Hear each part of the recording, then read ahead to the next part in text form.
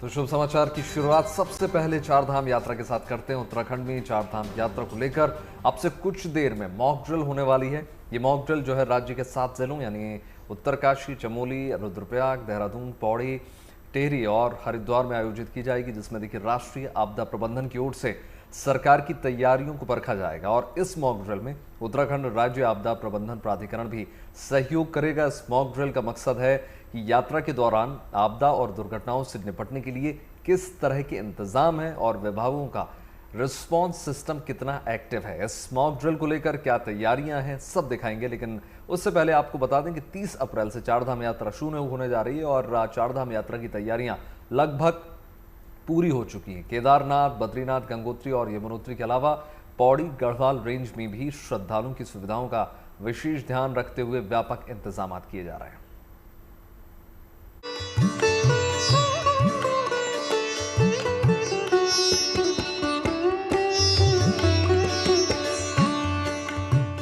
चार धाम यात्रा में अब सिर्फ 6 दिन शेष।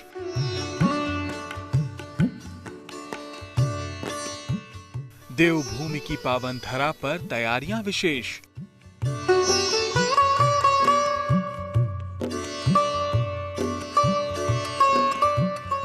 अप्रैल से शुरू होने जा रही पावन पवित्र चारधाम यात्रा को लेकर तैयारियां अब अपने अंतिम चरण में पहुंच गई हैं। जाहिर है चारधाम यात्रा की शुरुआत पौड़ी गढ़वाल क्षेत्र से होती है। ऐसे में यहां श्रद्धालुओं की सुविधाओं को ध्यान में रखते हुए तमाम इंतजाम किए गए हैं। पौड़ी आपको पता है कि ये बड़ा ही एक महत्वपूर्ण एक डेस्टिनेशन है, जहां से होकर सारी हमारी यात्राएं पास होती हैं। इसलिए इस मामले में बड़ा ही सेंसिटिव जिला भी है और पूरा NH यहीं से होकर गुजरता है।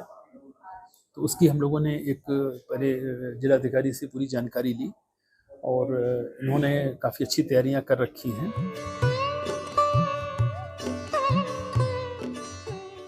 यही नहीं, भीड़ को नियंत्रित करने के लिए पौड़ी गढ़वाल को 3 जोन में बांट दिया गया है, जबकि पूरे इलाके में 11 सेक्टर भी बनाए गए हैं।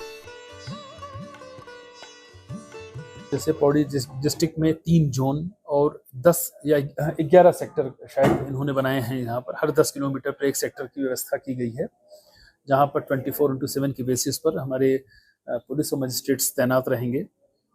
यात्रियों की सुविधा का विशेष ध्यान रखने के लिए ये निर्देश माननीय मुख्यमंत्री जी की तरफ से दिए गए थे, तो उसकी भी व्यवस्था इन्होंने की है। इसके अलावा भी यहाँ कई तरह के इंतजाम किए जा रहे हैं।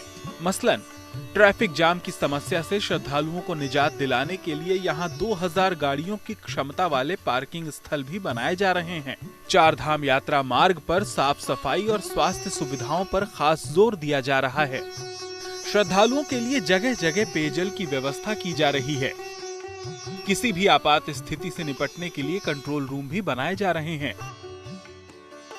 इमरजेंसी की स्थिति में गाड़ियां कहाँ पार्क होंगी, वो जिलाधिकारी ने और कप्तान साहब ने बहुत ही अच्छी प्लानिंग की है और लगभग हम 1800 से 2000 की गाड़ियों को होल्ड करने की अपनी क्षमता रखते हैं इनकी। और जहाँ पर ये गाड़ियां होल्ड होंगी वहाँ पर बेसिक एमिनिटीज़ जो होती हैं, लोगों को चाय मिल जाए, पानी मिल जाए, टॉयलेट्स की सुविधा हो, इसकी भी व्यवस्था की गई है।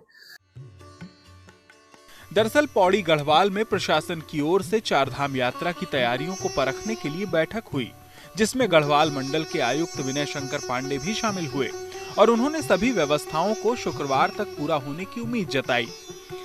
चूंकि सनातन संस्कृति में चारधाम यात्रा का बड़ा महत्व होता है, माना जाता है कि जो भी श्रद्धालु एक बार चारधाम की यात्रा करता है उसे जीवन मरण के काल चक्र से मुक्ति मिल जाती है।